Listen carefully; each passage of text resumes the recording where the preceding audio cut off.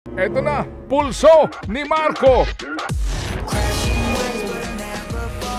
Uy, gusta kayo dyan mga chong, mga repa? Nag-iinit lalo yung ulo ko, tataas na naman pala ang krudo. Sumasakit ang tiyan ko pagka nakakabalita ako ng mga pagtaas ng presyo na iyan. Pero ano sinasabi mo, repa? Ako'y matuwa na sila'y nag-iisip. May isip pa sila. Mga suggestion nila talaga namang para tayong labrat sa laboratorio. Itong bagong suggestion na naman ng MMDA. Oy, kamusta muna? Magandang umaga po sa mga natatraffic ngayon sa EDSA at sa ibang mga kalsada sa Maynila, maging dun sa ibang mga lugar. Ang traffic natin kasi hindi na lang naman dito sa Maynila ang traffic, hindi ba? Maging sa Davao, sa Cebu ay traffic na rin ngayon, maging sa ibang mga lugar. Eto nga, may suggestion po dito sa Maynila sa amin ng MMDA para daw mabawasan yung matinding trapiko na nararanasan dito sa Maynila. Ang mungkahi nila, gagawing alas 7 ng umaga hanggang alas 4 yung pasok sa national government. Nauna na kasi ito. Natatandaan mo, Refa? Refa tuloy. Refa, di ba? Band-aid solution na naman. Yun naiisip nila dito sa lumalalang problema ng traffic sa bansa. Alam mo na yan.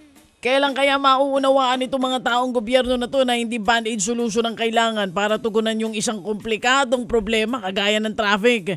Ako nga, hindi naman ako nakaupo alam ko na hindi yan ang solusyon. Wala na ba kayo maisip dyan? Puro na lang agahan ng pasok.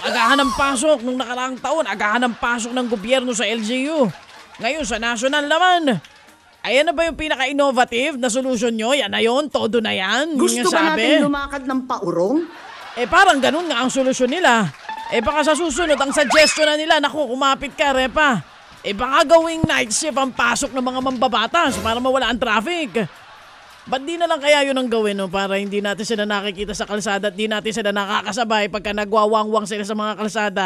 Gawin nyo silang night shift para sa gabi sila, total ayaw nilang natatraffic. O kaya Repa, ilipat kaya natin ang opisina ng mga yan sa West Philippine Sea. Ano sa tingin mo? Total atin naman yun Doon na lang sila mag-opisina, malayo sa atin. Wala naman silang paki, di ko naman sila maramdaman. Ako, kung ako tatanungin mo, gusto ko siya abolish. Abay, mas matindi ka pala. Ako'y ililipat ko lang sila sa West Philippine Sea. Ikaw gusto mo i-abolish pa. Pero alam mo, ayaw mo sila i-night shift?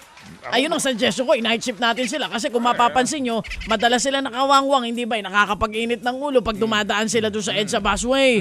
At saka pagka dumadaan sila sa sea of traffic, tapos mga nakadaga-haggard yan. Di night shift sila. Ako, tatanungin mo, gusto ko ng snap election. Ikaw talaga. Ikaw talaga masyado ka naman excited. Oo, at ang laman ng ating pagbobotohan ay yung pag-abolish ng existing. At baguhin na natin ang saligang batas. Sugod mga Something really drastic para magkaroon talaga ng totoong pagbabago. Ay, umaasa ka pa. Baka mamaya ang mailuklok din sila. Yun ang panukala natin, pero hindi naman mangyayari yun. Hindi mangyayari yun. Yan ang isa sa mga... Kumbagay, pag may genie... Panukala naman yun. Pag may genie, ay humiling ka. Hindi ba? Kaskasin mo yung lampara. Para lumabas ang genie at hilingin mo yung snap election. Alam mo. Parang pag ako, humiling ako, ang hiling ko syempre, ang traffic mawala. Dati, yun ang pangalan ng si Genie. Iba iyon. Si Jennifer. Hindi, ibang genie ang sinasabi mo ikaw talaga. Pero alam mo, ito na nga sinasabi ko, hindi naman mawawala yung traffic dyan sa gagawin na naman nila. Alam mo kung anong mangyayari? Mapapaaga lang ang traffic sa kalsada. Di ba, ililipat nyo lang yung oras ng traffic, pero traffic pa rin. Solusyon ba yun? Ngayon nga, alas 8, alas 9 ang pasok ng mga manggagawa.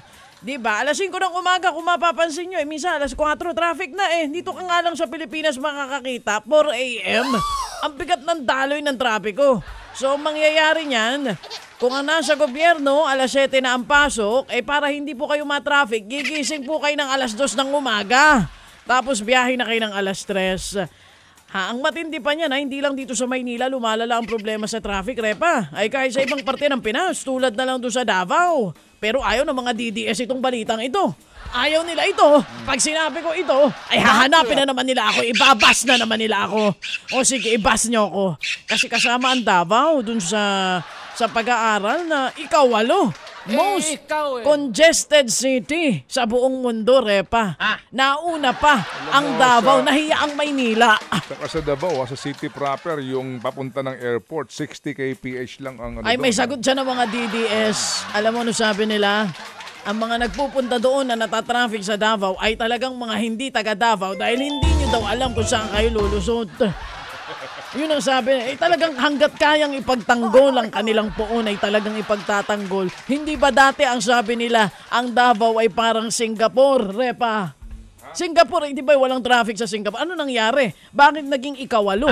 Tinalo pa yung Maynila. Kayo talaga. Nakakalang nila. Sa Singapore may traffic din. Hindi sobra, gaya sa Pinas. Kaya nga naglagay sila ng toll sa mismong main roads doon. Ayun na nga sinasabi natin, Repa. Pero kasi dyan inihahalin tulad ng Davao. Pero ngayon nga, yan ang ikawalo sa most congested city sa buong mundo. Sinasabi ko nga sa'yo, natalo ang Maynila. Pero kaya tayo ganito, alam nyo kung bakit? Kasi nga walang kwentang public transport dito sa Pinas. Yan ang problema mula noon hanggang ngayon. Sana yung 1 trillion pesos na budget ng DPWH, binawasan nyo ng konti para madagdagan ng budget para sa tren. Hindi ba? Ang sabi dati nung kausap mo itong si Secretary ng DPWH, Secmani, kulang nga ang pondo para sa tren. Ipanguutang pa natin sa iba't ibang mga bansa. Kaya meron tayong tren gawa ng Korea, gawa ng Japan, ano pang mga bansa yan. Kaya naman natin sana, may pera naman tayo. Ibinuhos nyo lahat sa DPWH. Welcome! Dapat ngayon maseryosohin na ng mga leader natin, lalo na sa mga LGU, yung Public Transport Development Plan, ha?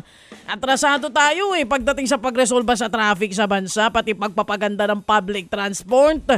Matagal na kayo natutulog sa pansitan. Diba?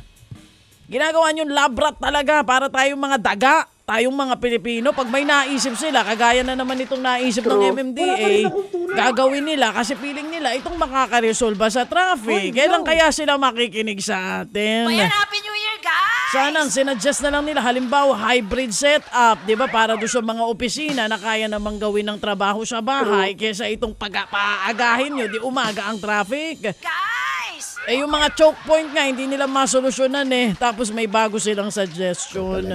Araw-araw dumadaan ako sa EDSA.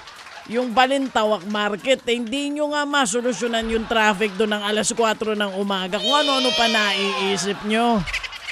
Tapos gusto nyo maaga pasok namin pero madalas dumadaan ako, wala namang MMDA enforcer ng alas 4 ng umaga sa mga choke point. Gusto nyo kami lang ang maaga ang pasok. Kaya ako na lang ang magsasuggest, Repa, sa MMDA. Ako na magsasabi para hindi na kayo mapagod mag-isip. Isa lang ang solusyon.